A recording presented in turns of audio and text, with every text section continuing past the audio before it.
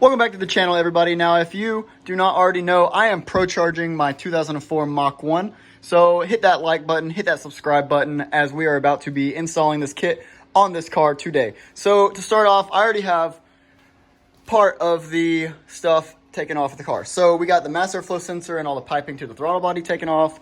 We have the actual shaker itself already off. I got the front two wheels, the fender liner, and the front bumper off already. So next we're gonna take off the hood scoop bracket, and then it says to unbolt the actual reservoir for the coolant.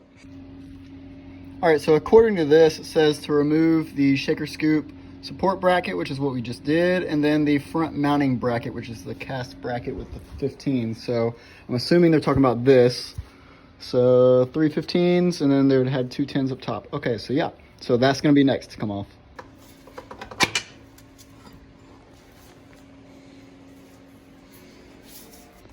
So up under the car, guys, we are now going to be draining the radiator. So right up under here, if you're looking up under it, it's going to be at the bottom right. We're just going to open that little valve and drain all the coolant out. All right, so as you can see, the radiator is draining. Now next, we are going to be removing this hose and this hose, but I'm going to wait just a second because, you know, I'm not trying to make a huge mess in here.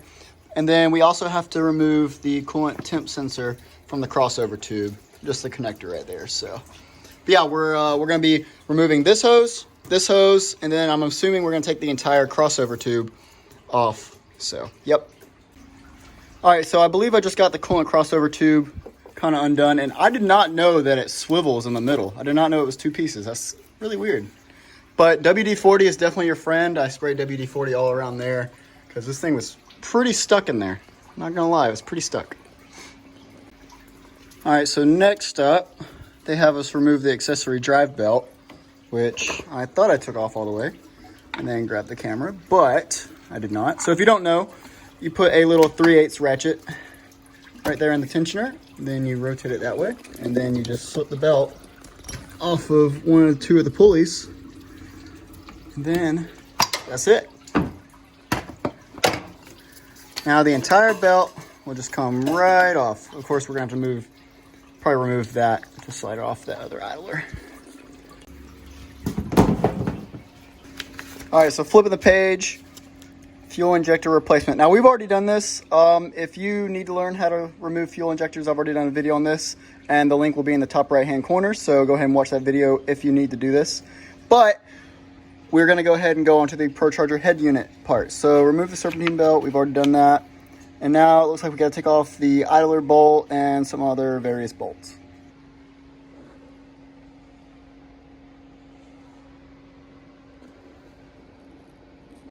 So for this next part, we're going to be taking our tensioner, and you're going to have to check to see if it has this little extra piece, little cast piece on it.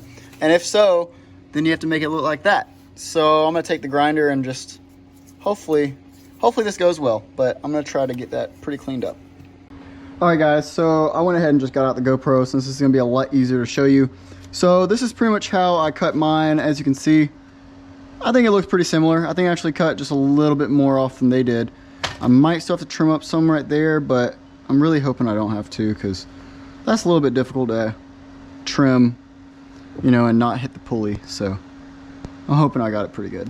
Well, let's get the Procharger out now. Oh my gosh, there's so much stuff in here, y'all.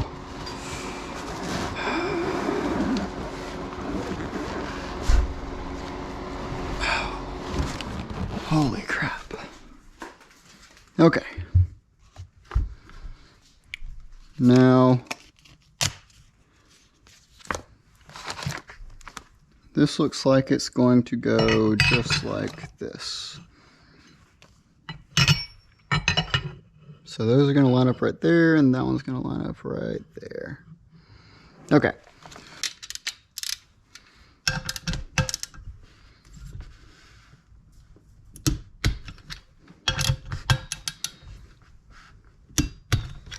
All right, guys, so after fighting with it for a second, I finally got it up in there. At least what it seems like to be up in there. Now, let's see if we can get a good little area.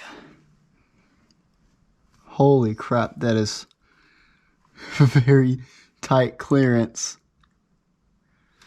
That does not look all the way. Is that gonna hit? Okay, surely whenever I put the idler and all that there, it won't hit. All right, so here's where I'm at now. So I got the little idler kind of in there, sort of where it needs to be. But as you can see, whenever you fully like seat this thing, there's like barely any clearance for the actual alternator and then on the valve cover. So I'm gonna take this and I'm gonna cut out a piece of the valve cover and like notch it right there. And then I might even shave away at a couple of the fins right there just to be safe.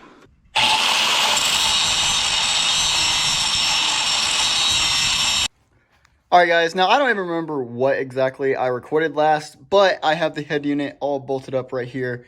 As you can see, bolt right there, and then the one for the idler pulley. And then I attempted to get the belt on, which was a struggle. And after fighting with it for so long, I finally contacted Procharger technical support and found out that I'm going to need a longer belt. So they, thankfully, you know, they were providing the belt and they are sending it out to me. Should be here in a couple days. But I just ran into a huge issue. Every time that I would try to slip it over the pulley with the tensioner at full lock, the belt was just like a whole inch short. So, but luckily they're going to be fixing that for me. They're going to be taking care of it. So awesome. Thank you, Procharger. But that's the one thing that's holding us up right now. And I don't want to continue with putting on the intercooler and all the other piping until we get the actual head unit all the way straightened out. So yeah, the next video is going to be whenever we finally get that belt, and then we'll start all the piping in the intercooler. So yeah, if you enjoyed the video, please like and subscribe, guys. Peace.